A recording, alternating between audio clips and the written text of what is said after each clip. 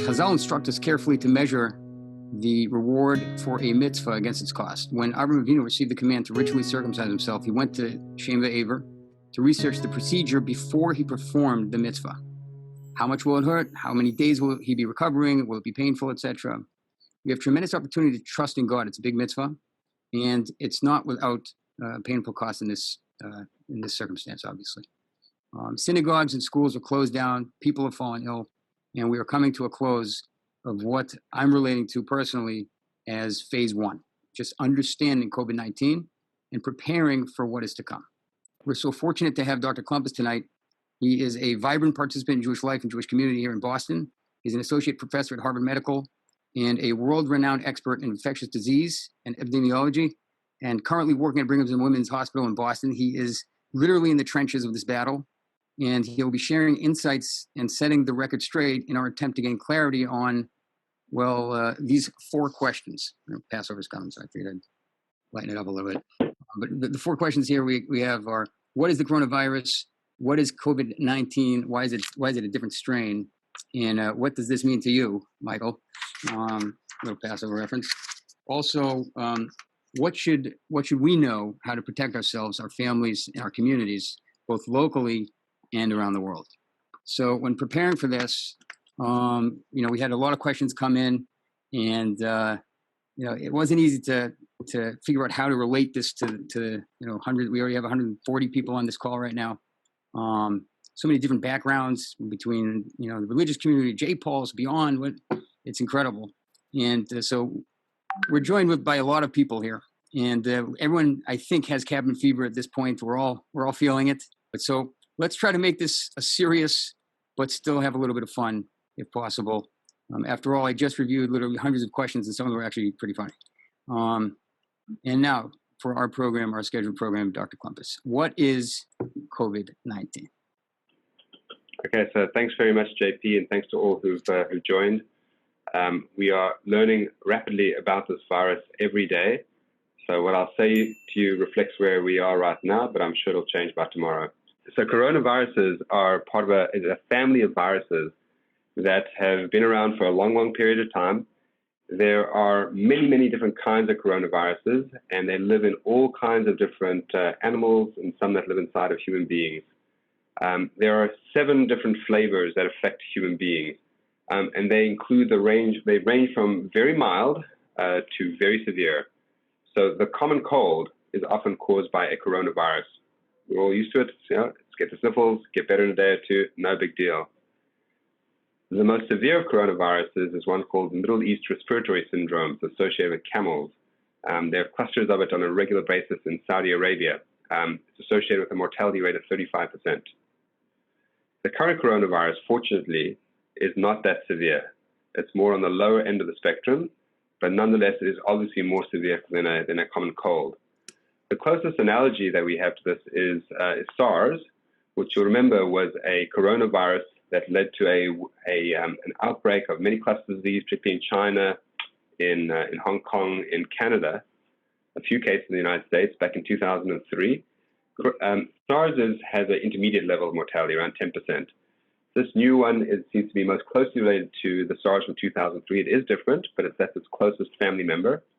And this one, I think, is certainly more severe than the common cold. It's not as bad as 2003 SARS. Mortality rate is difficult to know for sure for reasons that we can dive into if you wish, but it's probably around 1%. Don't be fooled by that, though, because although the mortality rate is 1% and therefore most people will be fine, there are certain members of the population who are going to be at, unfortunately, much higher risk of getting really bad outcomes. And that's particularly the elderly and for people with underlying medical conditions, such as people with chronic heart disease or chronic lung disease. And what that brings us around to is that although it might be that a young, healthy person can weather this virus very nicely, if that young, healthy person passes that virus on to somebody who's older, who has one of these underlying conditions, it could really be very harmful for that individual. So it actually behooves all of us to take this virus incredibly seriously and do all we can to minimize transmission, both amongst children, amongst young and healthy people, and amongst and prevent them from passing on to the the more vulnerable members of our community. I want to add that although the morbidity seems to be primarily concentrated in older people and people with chronic medical conditions, we are all aware of sometimes some young and healthy people who do unfortunately get a bad pneumonia from this as well. So we shouldn't fool ourselves, no matter where we stay in the spectrum, that we are perfectly protected from this virus. How does this virus get around? So the virus will live inside your respiratory tract, so that will be inside your nose, or if you do get a pneumonia, be inside your lungs. And then anytime you cough or sneeze or even talk vigorously or get into a shakavataric in the Gemara and you're throwing spitballs at your chavrusa, there's the strong likelihood that some of those micro droplets that are emerging from your mouth or from your sneeze or from your vigorous talking will carry forward into the air. And those droplets have some projection from you speaking or sneezing or coughing, and will carry up to around 6 feet around you. And that's simply that gravity will take them down by about the 6 foot point.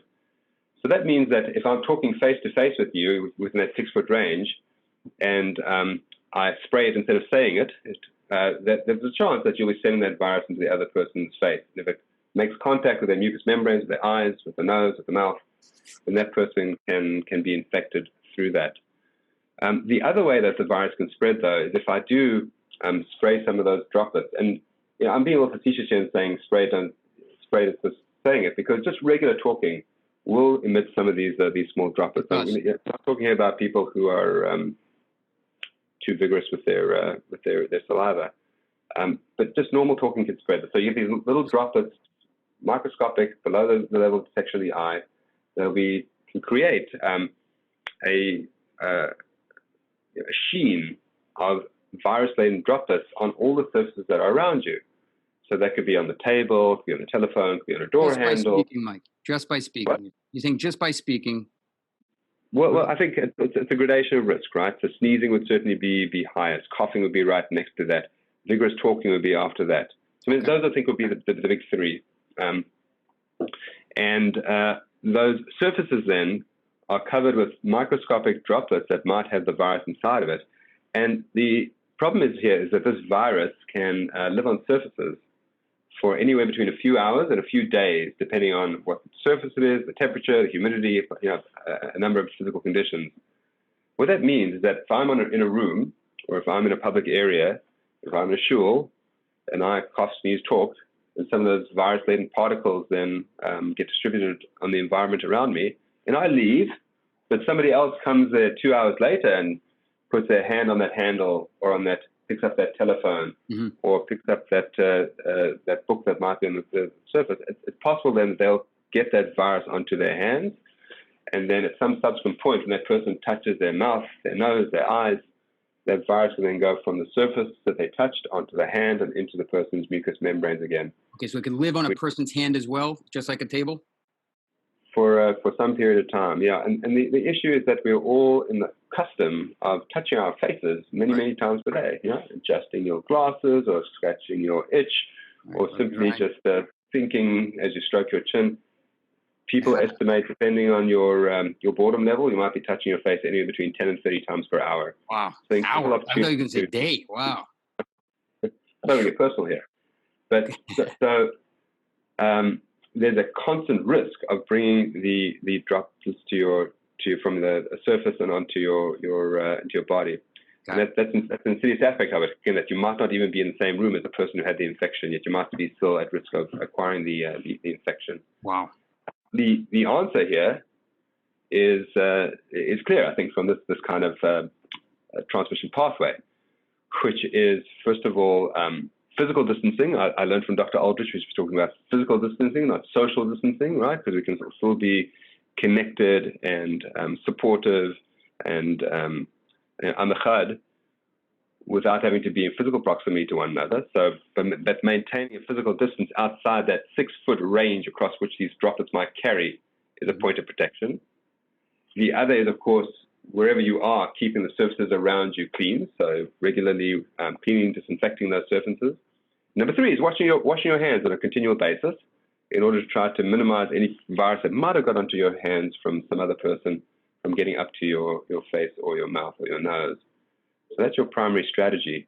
Okay. And that explains why we've become so stringent about the importance of not gathering into groups, because groups are going to facilitate the spread of the virus and therefore the taking down of the more vulnerable members of our community. I want to say another aspect that makes this virus difficult is that a good chunk of people who have this virus might have no symptoms or minimal symptoms. And now again, it becomes a strategy by which the virus is successful at spreading. Because you imagine the scenario over here, you feel perfectly fine, or you have nothing but a tickle at the back of your throat. So you think, I'm fine, what's the big deal? I have a tickle at the back of my throat because I didn't sleep well last night, or I'm feeling a little bit tired because I've been Right. feeling for Pesach, whatever the case may be. Tickles like a little scratchy. That's the little scratchy thing. Back of your throat over there, feel, but maybe muscles aching a little bit. Yeah. A little bit tired compared to usual, but not too bad. It's entirely possible. We've definitely diagnosed people who have the coronavirus, that kind of scenario. Okay. And we have data showing that people who are asymptomatic or they're pre-symptomatic can spread the virus. So in other words, if you go to a gathering because you're going to a minyan or to a shir or to a play date or to a Shabbat dinner. Or shopping line. Not shopping online, that's okay. No, it's line at the supermarket or whatever. Potentially. The person next to you might not think they're sick, and yet they might actually have the virus, and there is that possibility that they could spread it. And again, that's I think the very insidious aspect over there, that you can have the virus and be spreading it, but yet not even know it. So you could have the best of intentions. I will never go to shul sick. I will never go to a wedding sick. I will never go out and about if I can make somebody sick, but you might actually be doing it without realizing it. Okay. So these spreaders are not necessarily being malicious. Don't let's not misplace blame. And that does is felt to be a substantial contributant to the wide spread of the virus. And that's why people self-quarantine. That's why. So that's the importance then of trying to self-quarantine or to stop spreading it. There's another aspect to physical distancing, which is that if you go about life as normal, we continue our public activities, getting to assembling together, and facilitate a wide and rapid spread of the virus. The challenge is that not everybody has mild disease, right? There is some chunk of the population, maybe 10 to 20%, depending on how you do the calculation, who unfortunately will go on to get a serious pneumonia. Okay. And the manifestations of that could be high fevers, shortness of breath, a lot of coughing. Most of those people will actually recover, but maybe 1/5 of those individuals will actually get very seriously ill to the point of requiring intensive care, requiring potentially a breathing machine to help them get through the episode. So that's what we're calling critically ill? Critically ill, yeah, precisely. And the worry is that if you allow the virus to spread in uncontained fashion, to spread very widely, that means that lots of people are going to go on to that stage basically at the same time. If we get lots and lots of people who suddenly require hospitalization, require intensive care, require breathing machines all at the same time, we will immediately and rapidly overwhelm our medical system. There's a fixed number of hospital beds in the city, in the country. There's a fixed number of ICU beds. There's a fixed number of ventilators. These are very difficult resources to increase on a moment's notice. Mm-hmm. And certainly in the Boston area, most of our hospitals at baseline tend to run full. So their capacity to suddenly absorb a massive so even without this, they're full usually. Yeah, my hospital runs at 105% capacity always. Wow. That's just normal. Okay. So if you suddenly have a burst of 50 or 100 people, yep. The capacity to absorb that, to find beds for these individuals, intensive care units, doctors, nurses, ventilators, all the rest of it, wow. It simply doesn't exist. Okay. And that's actually what leads to people dying, is when the medical system can't absorb it. When we're able to provide those support services, intensive care, oxygen, breathing therapy, breathing support, etc., we can get most people through this illness. But if we run out of ventilators, we run out of ICU beds, we don't have enough hospital beds, that's when people will unfortunately succumb. That's what happened in Wuhan in China, where this began, and that's what's happening in Italy. And those are the places that have had the highest mortality rates from this virus. So our mission, therefore, is to say the medical system can't handle everybody getting sick at the same time. The mission is to try to spread out the passage of people getting sick as much as possible, so that we trickle through the number of people who need that support services rather than putting them all through the system, bringing them all to the system at exactly the same time. And that's the theory behind social distancing or physical distancing, the so-called flattening of the curve. It's basically trying to decrease the number of people who get sick in a short period of time. Because if we control the number of people getting sick at any one time, the hospital system will be able to absorb it, we'll be able to get those people through. And by physically distancing each other, we slow the spread of the virus. Therefore, we decrease the number of people who are going to get sick at any one time, and ultimately make it possible for us to get people through this crisis. Great. Okay, so that was a fantastic overview. So maybe we can jump in a little bit more on the mechanics of this. What is the expected recovery, and does it just affect the elderly? I think all people are at risk. Now, there was some speculation earlier on that children were less likely to get this condition. There's still ongoing debate about this. My personal sense is that children are certainly able to get it, but they tolerate it very well. In other words, they get it, but they have minimal or no symptomatology. So I think everybody across the age spectrum is susceptible. However, it is clear that certain subsegments of the population can handle it differently. So children handle it very well, young people handle it very well, but the elderly do not handle it well. And people who have chronic lung disease or chronic kidney disease or chronic regardless of age, those people, right? Immunosuppression, yeah, regardless of age, will have a tough time with sort of substantially higher mortality rates, unfortunately, from the illness. That being said, without question, there are some young and healthy people who, for reasons we don't understand, will do poorly with this. So although that's the exception rather than the rule, I wouldn't fool yourself think that just because you're a young and healthy person that you're not at risk of a bad outcome from this virus.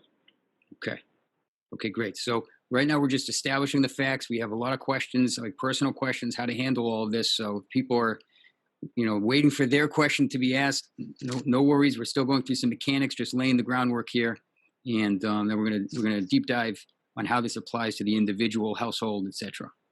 Okay, so another question is the curve regarding the tipping point in terms of people being asymptomatic. They don't show symptoms. They're going around. At a certain point, is there an immunization, self-immunization once enough people get it? In other words, if there's 2 out of 3 people in a room, the theory goes that third person who didn't have it, the 2 out of 3 people had it, the third person who didn't have it is going to, not catch it from those 2 because they're immune now. So at a certain point, it tips with self-immunization. Is that something that we're going to see? Is that something that we're waiting to see if it's going to happen? Maybe you can speak that out. Yeah, I think it's up in the air right now. So I think what you're referring to is that once a critical mass of the population gets infected, the hope is that they will develop immunity thereafter to the infection, and will be less susceptible to getting it again. And if we get to some sort of tipping point or a critical mass of individuals who have had the infection and therefore are immune, therefore makes it difficult for the virus to continue to spread amongst populations because the majority of people are protected. The scenario you're describing with 3 people in a room where 2 have had it and 1 have not wasn't quite right. That third person is still susceptible because that third person, if they have not had it, is not immune. But the hope would be if the other 2 are immune, that they are less likely to have it, right? That they had their infection historically, now they're immune, they're less likely them to be carrying it around. And that's what's even if they were exposed to it, they're not going to be carriers. Yeah. That's the notion of herd immunity. It's the same reason why we have to get very high vaccination rates, right? The vaccine prompts your body's immune response and therefore protects you from the infection. If enough people have the vaccine, then it becomes very difficult for that virus to circulate in society. There are case reports of people getting this twice. Okay. So people who had documented infection, they got better, they went home, and then got sick again, was found to have it again. And what's not known is that because, in fact, the infection actually never went away, just kind of quieted down for a bit, couldn't be recovered from the lab test, and then came back? That's one scenario, and that suggests simply that you had a weak immune system for this particular virus. Or can people truly get the infection again, which would be a more scary kind of a prospect? And while it does appear that we have these case reports where it is possible for people to have it twice, again, we don't know if it's persistence or new infection, and we don't know what proportion of the population might form that bucket. Were these rare and exceptional individuals who have to get it twice, or is this going to be the rule for the entire population? You can imagine this has massive implications. If we all are able to get it twice, that means that this bugger is going to be with us for a long time. Yeah. If most of us, after getting the infection, have sustained immunity, then it'll go away. Mm-hmm. Got it. Okay, very clear. Is there a good chance that the warm weather will make it decrease or disappear? Halabai. We all hope so, but without the urim and tumim, who knows, right? What we do know is that, classically speaking, most respiratory viruses become much less common during the summer months. Right, we're less likely to get a cold inside the summer, but there is the notion of a summer cold. It doesn't disappear altogether. So we're hopeful that we'll see that, but we won't know until the summer months actually arrive. We can look back to the Sars experience in 2003, which was much less widespread compared to this epidemic, and there were strong public health measures to try to contain it before the cat really got out the bag as it is this time around. And that did go away into the May-June kind of time frame. So there's that hope based upon what we've seen with other viruses and what we saw with SARS. But only time will tell. So what's your timeline? What timeline do you envision for this lockdown, so to speak, or where we're going out in public much less? Well, we're in minimally charted territory. The best guide we have to that is looking to see what happened in China. In China, which we know undertook the most aggressive public health lockdown quarantine program ever in the history of the planet, was incredibly draconian, but also incredibly successful. Their actions really worked. And within 1 week of instituting a very aggressive lockdown, there was a flattening of the number of new cases. And in the subsequent 3 to 4 weeks, a tremendous decrease in the number of new cases. There were still many diagnoses taking place, but they were actually old carryover cases. So if you go by the China experience, if we're able to mimic what they were able to achieve in terms of physical distancing, you could imagine actually abating this epidemic in as little as 2 months. Now, China, I think, in terms of what it was able to achieve in terms of physical distancing, is probably far beyond what we're able to achieve in this country. China was actively policing people. Everyone had to stay inside your house.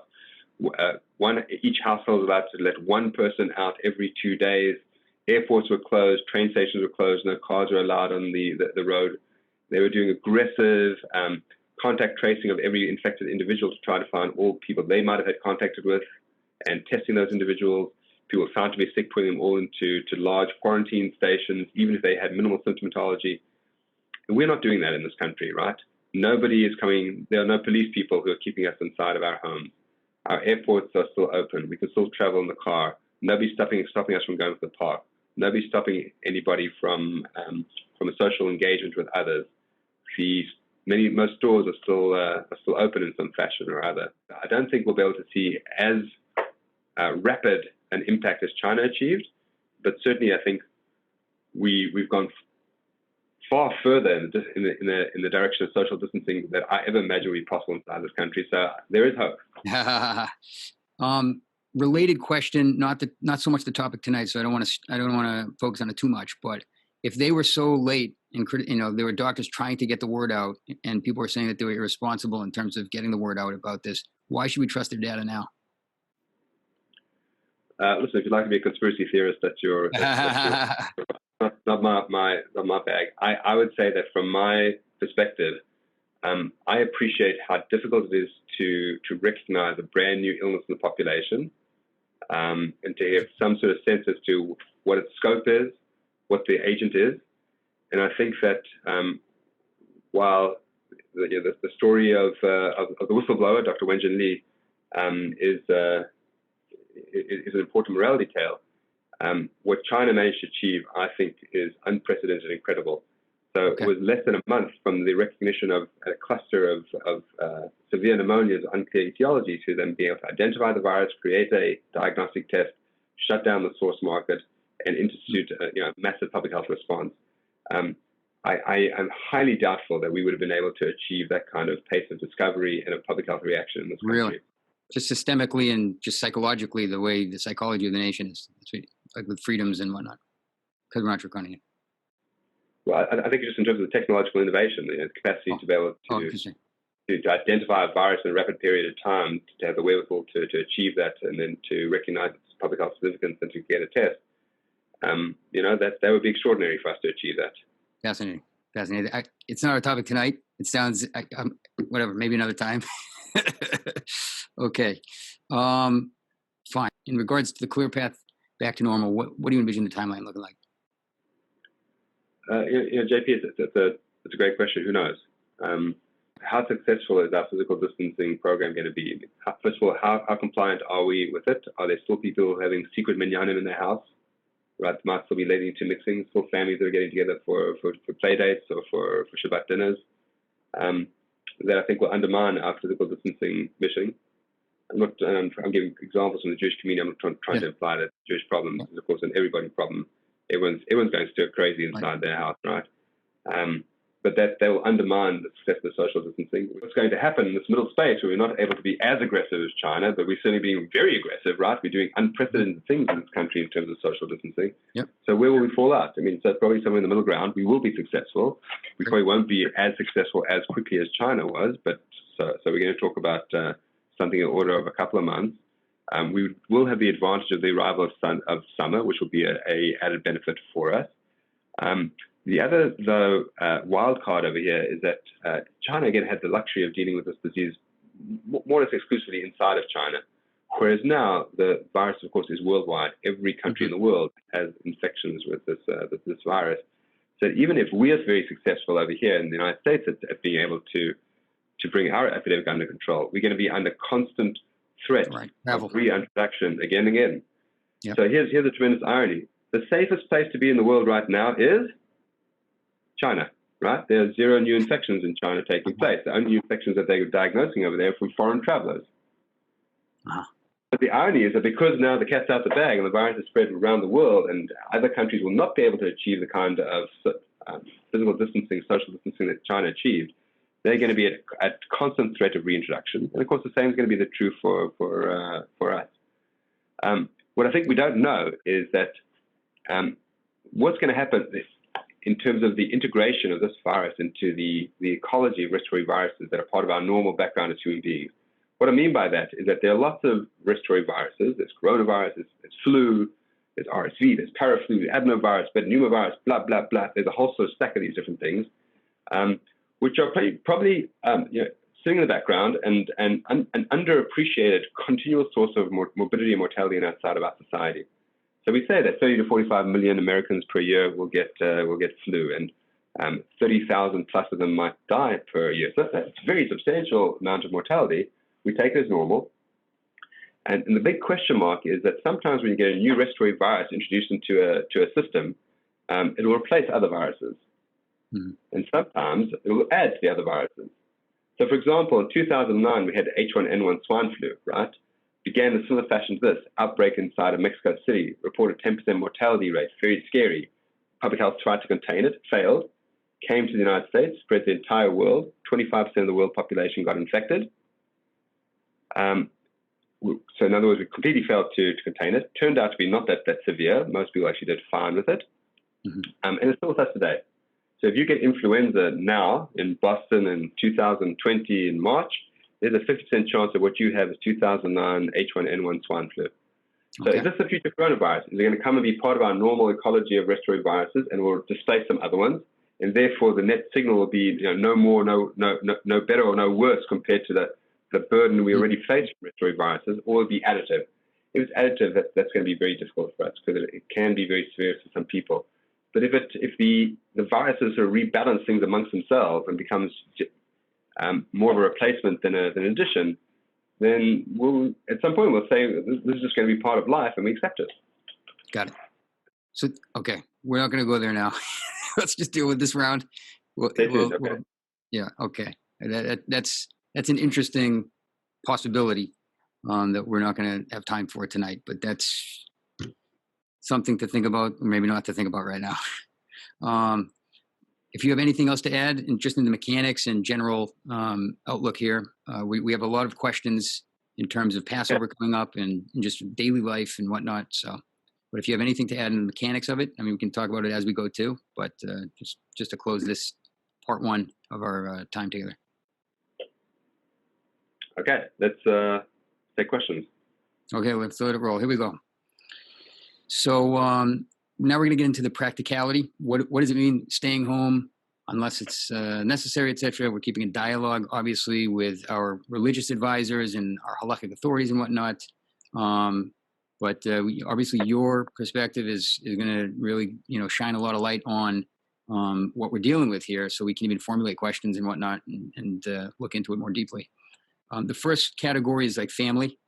And by the way, just full disclaimer, there were hundreds of questions. I did the best I could to consolidate them as much as possible. So forgive me if there are repeats and whatnot. But family. Okay, should each family just assume that they have it at this point? You have 1 or 2 kids, scratchy throat thing, and one kid coughed or sneezed one time. It's everyone's sort of like on edge here.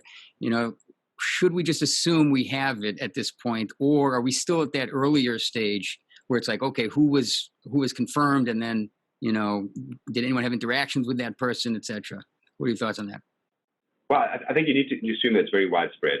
That that there are many more cases out there than you would imagine. In terms of if somebody in the family has a cough or a sneeze, do you have to assume they have it? I mean, it's entirely possible. I can tell you that at our hospital, we are doing lots and lots of testing, and the positivity rate amongst the people we're testing, we're only testing people who are symptomatic, right, who have a fever or a cough or congestion, sore muscles, etc. Amongst that group of the positivity rate that we're finding is on the 10 to 20% range, depending on who exactly you're looking at. So in other words, there's a very good chunk of people who have that symptomatology and do not have the virus. So depends. You can decide if you're a glass half full, glass half empty kind of a person. If it's 10 to 20% a lot or a little. Got it. So it's up to the individual, basically. Perspective. In other words, if you or your kids start to feel sick, there's a decent chance you have it, but certainly not a guarantee. The modelers' projections are that up to 80% of the population will get this virus at some point. Did you say 60 or 80? Again, 80. Wow. Well, there are lots of mathematical projections. Okay. They're only as good as the assumptions underlying them. I wouldn't put too much stock in them because they're very difficult to do. But I would say that that means that many of us will get it. Now, the vast majority of us will be fine. Right. But when you talk about 80% of the population getting infected, even if only a fraction of 1% are going to have a bad outcome, that turns out to be a very big number. Absolutely. Okay. At what point can 2 unrelated children study or play together? So long as they're using a telephone or FaceTime or Skype, it's totally fine. Study's but fine. Playing on the phone is fine. That's right. Okay, now when you're on the phone, make sure you wear a mask. No, that's a joke. So we don't know, basically. You're saying we have to wait and I'm see.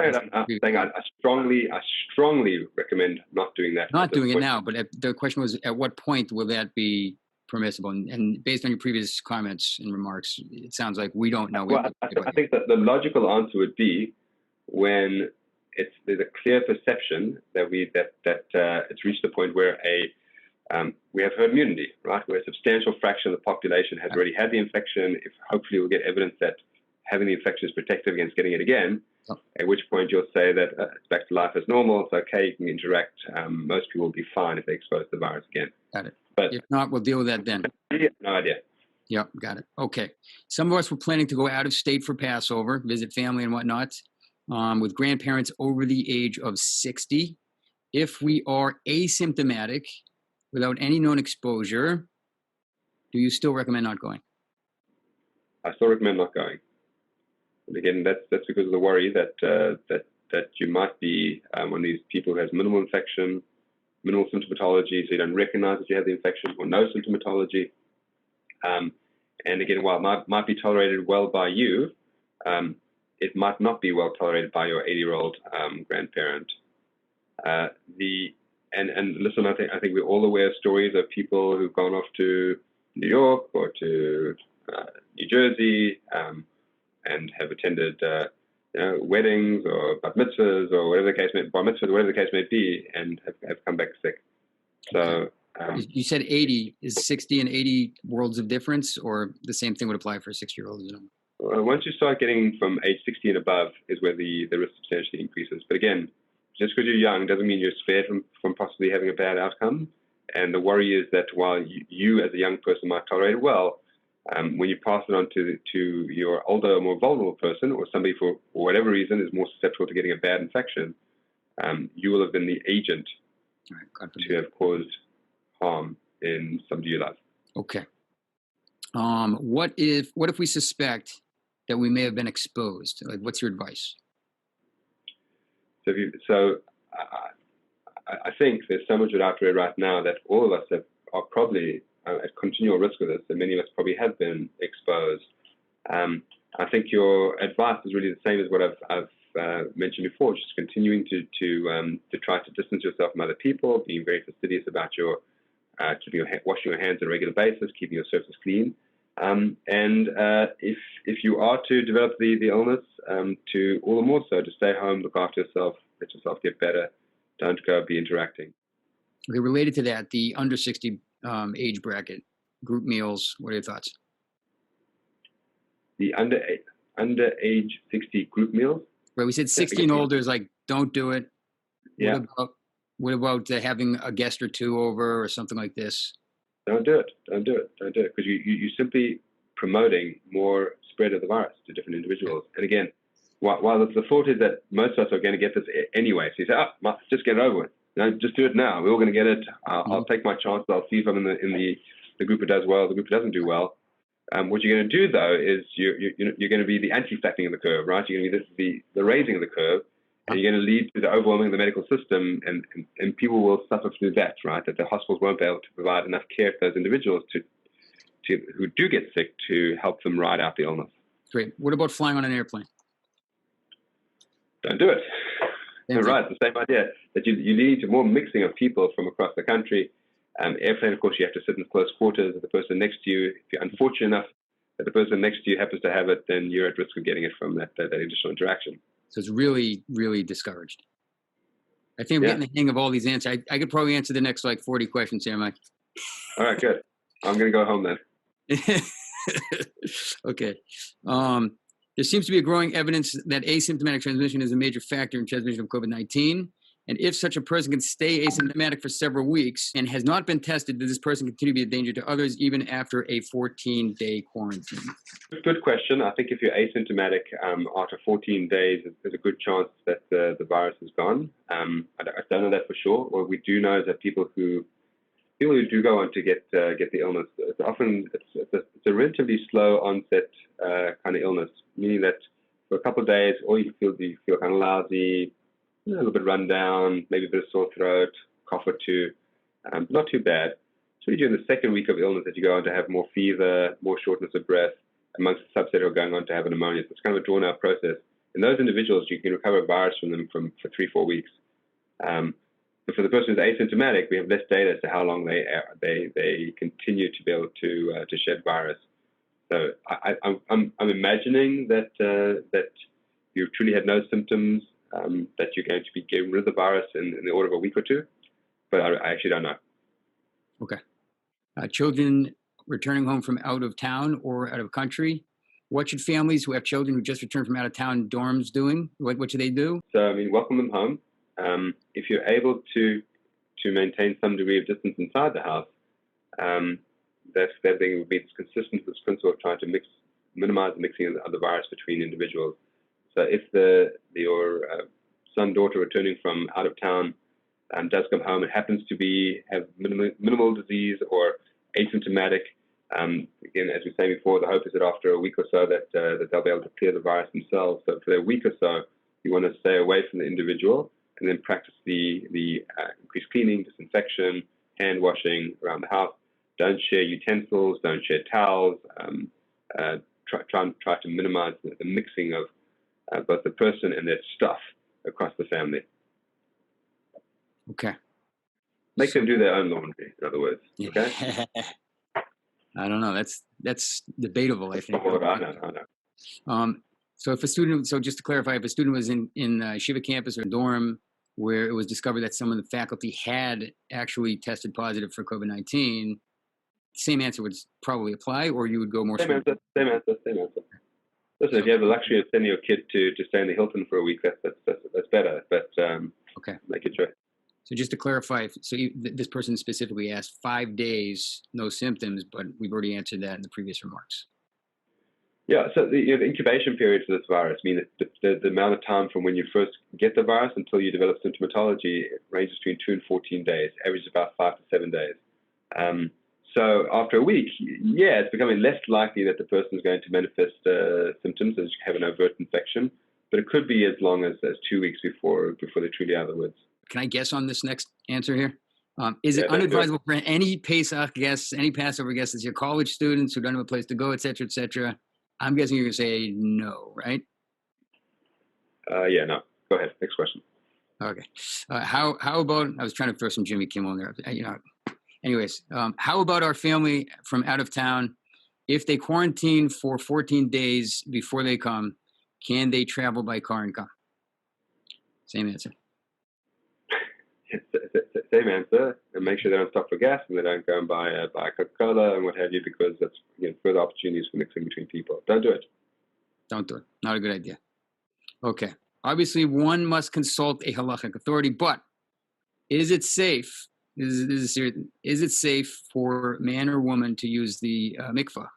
How do we determine if one might be safer than another? What's your general advice on that? Of course, people have to consult with their halachic doctor. Okay, that's not me. Great answer. You're nailing it tonight. Incredible. Okay, can we tovel dishes in the dish mikvah? Interesting question. Interesting question. You probably can. I would suggest that after you do so, maybe you want to rinse off your utensils and what have you with a dilute bleach solution, just to be sure. Hadn't thought of that before.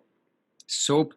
Does soap kill the virus effectively? Or? You want to go for a disinfectant. It can be mild. This virus is actually not too difficult to kill. A regular disinfectant will take care of it very, very well. You don't need anything particularly strong, but I would do something that disinfects. Soap is not a disinfectant. Okay. Is a sore stomach or a sore throat the beginning symptoms of the virus? And this person said, my kids have a sore stomach and I personally have a sore throat. So what would you say to that person? Oh, my wife's texting me. She says, stop touching your face. I'm supposed to be setting a good Sorry. So the question is, can a sore throat be the initial manifestation of infection or a sore stomach? What would be your general advice for that? Well, the approach, I think, in this country is that we really want most people to try to ride out their illness at home. So if you think you or your child are getting sick, take the measures we discussed before. Be that much more aggressive about making sure you stay home, washing your hands, cleaning the area, not sharing utensils or clothing or towels or what have you. Okay. And allow the illness to play its course. And again, for the majority of cases, you don't need a doctor to take care of you because you're going to have mild illness to get better, just like a cold or the flu. Let your follow your mother's advice to rest and to sleep and to eat and to drink and to let it take its course. You just want to be on the lookout in case you're in that small minority of individuals who might go on to get severe pneumonia, and so shortness of breath is really the key thing to watch for. If the person starts to have trouble breathing, then it's important to go and seek medical attention. If one's child is coughing, let's say there's a big family or whatever, and one's child is coughing, should they lock them in the basement or the attic? What would be your, wait, I mean, Sounds like child abuse. I mean, I don't think you lock your kid in the attic. Should parents relax and accept that they're all likely going to get it? Like whenever the flu goes around, that's it. Every kid in the house gets it. Every kid in the school gets it. And that's February break. One principal said that after February break, the flu people are absent and then they're not absent after February break. It's just, this is the nature of contagions. The question is, how do you advise a family that, a kid is coughing? What would be your advice? And obviously you said keep things clean, but is it just, you're safer, right? I mean, do what you can, but don't lock your 1-year-old up in the basement, right? And for 2 weeks, that's not a good idea. So if you're able to achieve some sort of distancing and you have a well mentally adjusted young adult or a teenager who can be in a different part of the house and be well adjusted and look after themselves, okay, that's good. Right? Try to protect the rest of the family. But I know my kids would not stand for that for more than 3 seconds. So if that's your reality, then that's your reality. Do what you can, but within the bounds of sort of being a loving family member and providing support to people and making sure they have food, drink, etc. and get through. Park and outside activities. Lots of people have they go to hot spots like the reservoir. Apparently, there were a lot of people there. Is it okay if they keep 6 feet from each other? Can they use playground equipment if they wipe it down? What's your general advice? So the key point is that if you do go outside, as you mentioned, to try to keep at least 6 feet away from people at all times, and you want to really be strict about that. Don't be diet. Don't sort of play fast and loose with that restriction. So try to only go at times that are less popular, and if you do see people that are congregating, be elsewhere. In terms of using play equipment, if the impression is that our children are using the parks and therefore, because of this predilection of the virus, to be able to live on surfaces for hours to days, it probably does make sense to either not do it or to wipe it down with a disinfectant. Okay. Who are at higher risk for serious complications? The over 60-65 has been well reported. What about other comorbidities would put younger populations at higher risks? For those who don't know the word comorbidities, I looked it up for you. It's the simultaneous presence of 2 chronic diseases or a condition in a patient. The example that they gave was the comorbidity of anxiety and depression in Parkinson's. Same things we've been speaking about. Be that much more fastidious about keeping yourself away from other people, washing your hands, disinfecting the area around you, so on and so forth. Okay. Daily life. Here we go to daily life. What are the risks associated with food preparation outside the home, restaurant takeout? Everyone's ordering in or trying to order in. What are your thoughts on that? Good question. The worry, of course, is that perhaps the person who's doing the food preparation might be a person who's minimally sick and might be putting virus onto the food. I guess the question marks would be there's that equal possibility if the person inside your house preparing the food or yourself might have the virus and could be in a similar sort of situation. So that's a bit of a who knows. Is it possible that if you're ordering hot food, that the heat will inactivate the virus? I haven't seen specific data on the characteristics and the conditions of heat.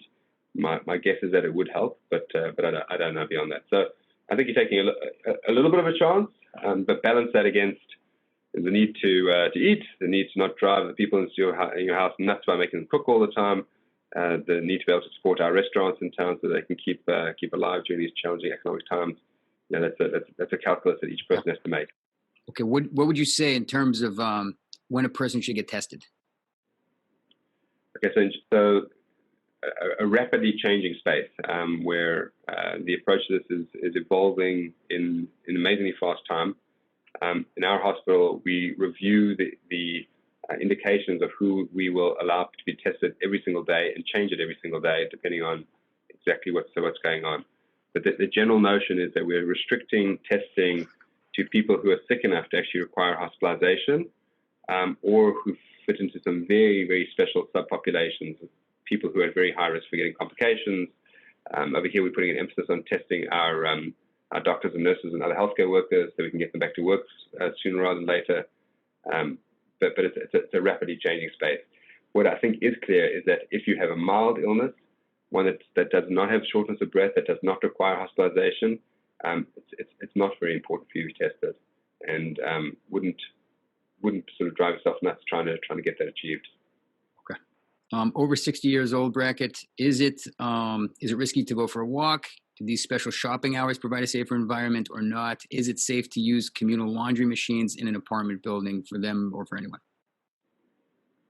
A good question. So going for a walk, I think we spoke about before, you can go outside, just maintaining 6-foot distance from everybody else, and trying to touch public equipment like handrails, doorknobs, etc. Wash your hands if you do so. So I think that's your pathway. In terms of being able to use a public laundry, so it's probably more of a risk not to wash your clothes than to wash your clothes. So I think that's a good idea. So just take the same kind of precautions. Try to be there at a time when there are not many other people around. If you can have some disinfectant wipes, wipe down the outside of the machine before you touch it. Or otherwise, if you can't do that, after you touch it, just wash your hands before you touch your face.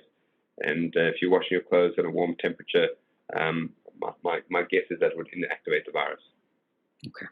Masks, shopping, and the wipey. Here we go. What are your general thoughts on the N95 respirator? As they produce more of these masks, they may become more available. What are your thoughts in terms of those just in general? Yeah, so the N95 respirator is a mask that's designed to filter out 95% of microparticles inside the air. It filters out particles of a very, very small caliber and is actually not necessary for this disease in the vast majority of circumstances. Remember we said that this disease is primarily carried by droplets, and droplets can be blocked by a regular surgical mask. The only instance in which those masks are really required is when a person is undergoing procedures that lead to the increased aerosolization of microparticles from within the lungs. Those are predominantly medical procedures, such as putting a breathing tube into a person, or doing a fiber optic examination of the lungs, or putting a person onto a breathing machine. Those are instances in which those microparticles are being generated. So the proper application of an N95 mask is actually for a healthcare worker who's looking after a patient who needs one of those things done to them. But it doesn't add much above and beyond a regular surgical mask or a medical mask in most circumstances. A mask for a person walking down the street is basically useless. It's not adding anything, it's probably not taking away anything. If anything, we say people wear masks are more likely to touch their face, so paradoxically might be harmful. The value of a mask is really, I think, inside of a medical setting where it has two benefits.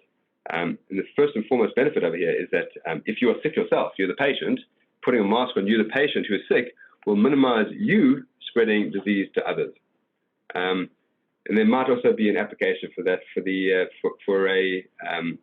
somebody who's caring for a patient who's right in front of a person who's coughing or sneezing or what have you, for the care provider to wear a mask to prevent those droplets from going into their mouth or into their nose. That really is the primary application of a mask. You could say, well, what if I'm walking inside of a crowded area? There might be a person next to me who's coughing or sneezing. I need to protect myself from them. I say, yes, you're quite right. Stay away from the crowded area.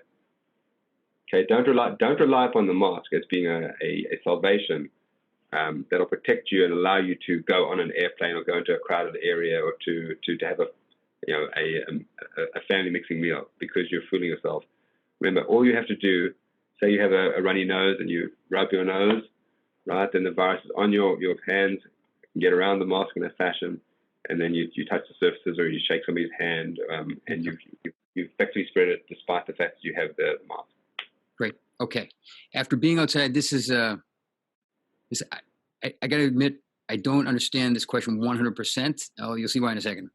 After being outside and visiting a place like a supermarket or Costco, should I disinfect the bottom of my shoes before I come into the house, quote, and lick, this is why I'm confused, and lick their feet, get the virus? I think what the person is saying is, what if someone licks my shoes when I come in from Costco or something like this? I think if you've got people licking your shoes, you've got bigger problems than the virus, but you're not look into that. since most of us are not in the custom of licking the bottom of our shoes, I would say that the bottom of your shoes are not a major point of risk, and I would not drive yourself crazy by doing that. Okay. And clothing, leaning up against the wall, same thing? Right. Again, we don't touch the back of our clothing. Our back of our clothing does not typically reach either our hands or our faces. Your conventional washing, I think, will almost certainly take care of the virus. I wouldn't be too worried about the back of your clothing. 3 feet away, passing someone on the street or the supermarket. So 3 feet away. So it all depends, I guess, on how vigorously the person might be coughing or sneezing.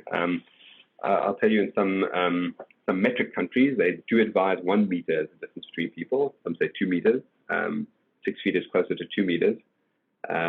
So it's all a bit of a sort of a crapshoot as to exactly, A, is that person sick? B, do they happen to cough just the moment that you pass through there? And C, how vigorous do they cough? How far is that little droplet going to travel? I'll say that CDC thinks that if you simply pass by a person, you have less of 2 minutes of interaction, that your risk of getting the virus is essentially zero.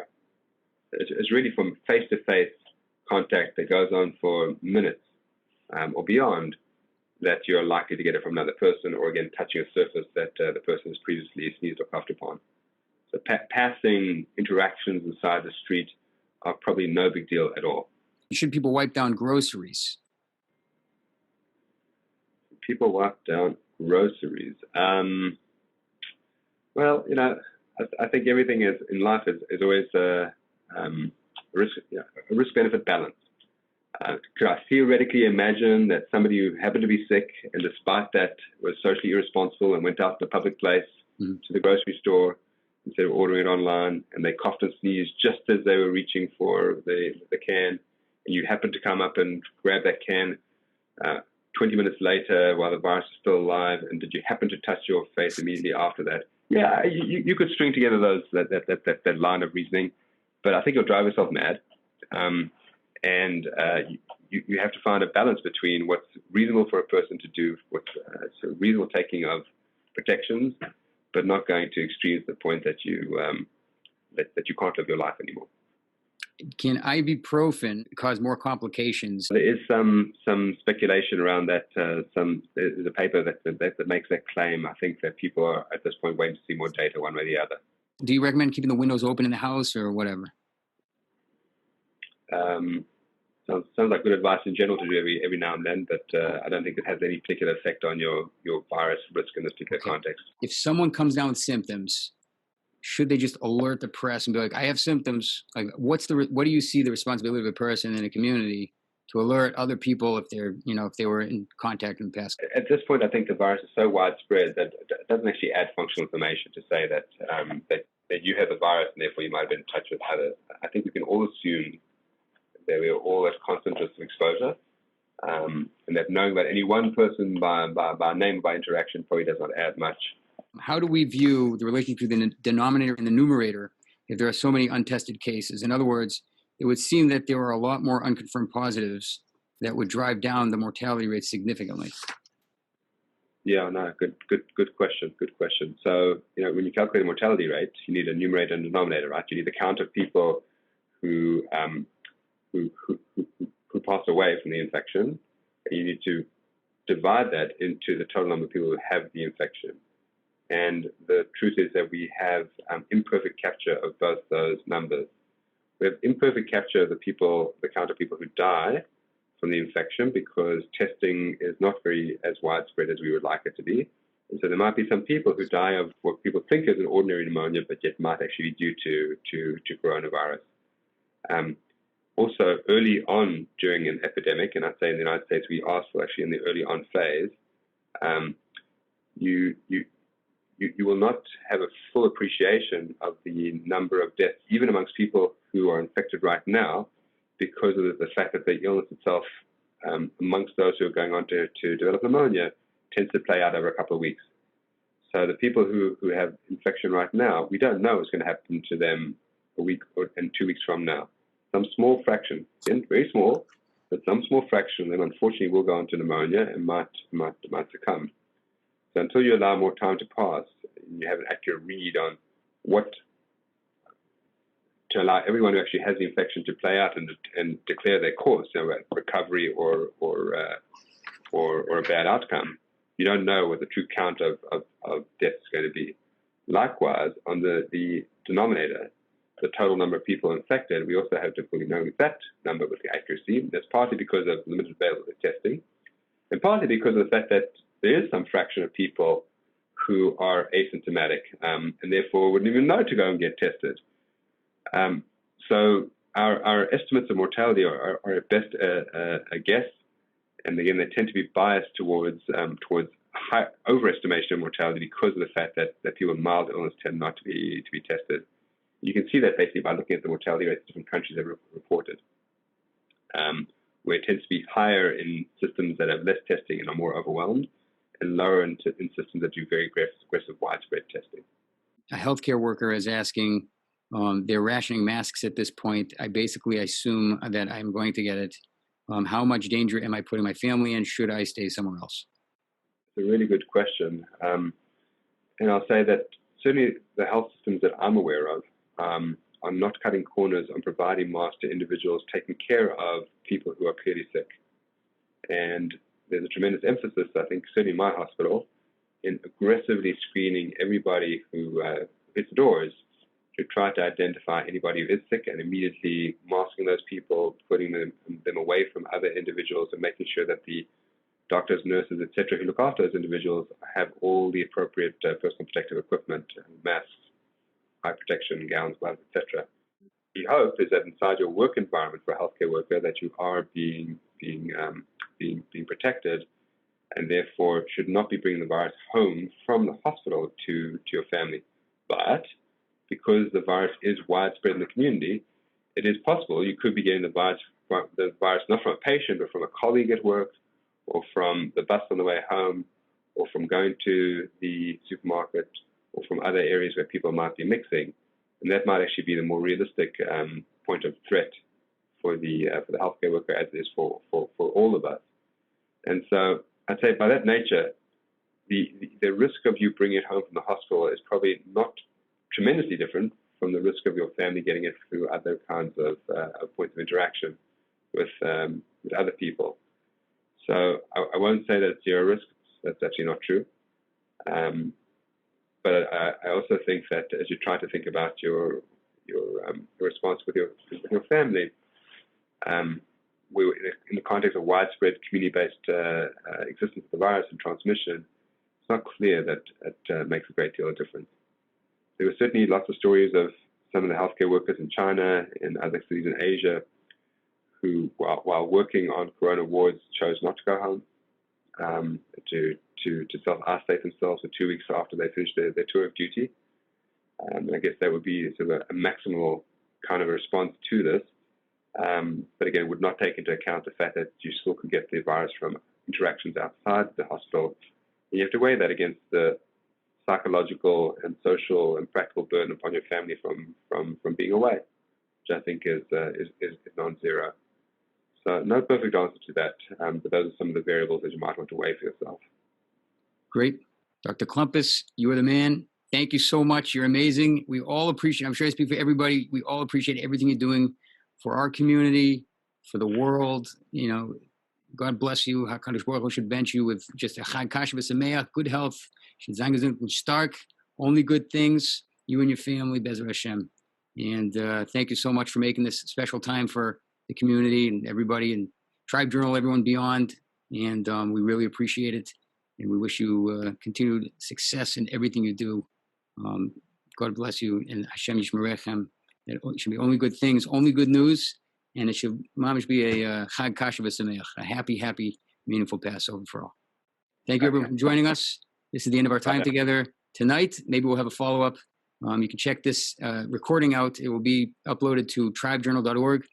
There are a number of recordings related to the COVID-19 crisis, and including psychiatrists and experts in crisis and disaster recovery. So please check it out, tribejournal.org. Get informed and spread the love. Community is everything. We have to reach out to each other. As Dr. Klompas and Rabbi Dr. Aldridge pointed out, it's not social distancing. It is physical distancing, but let's keep in touch through these wonderful technologies. Wishing you all the best. Have a wonderful Shabbat. And again, Dr. Klompas, thank you so much for making the time. Please thank your wife for us as well. Thank you. Thanks, JP. Bye-bye.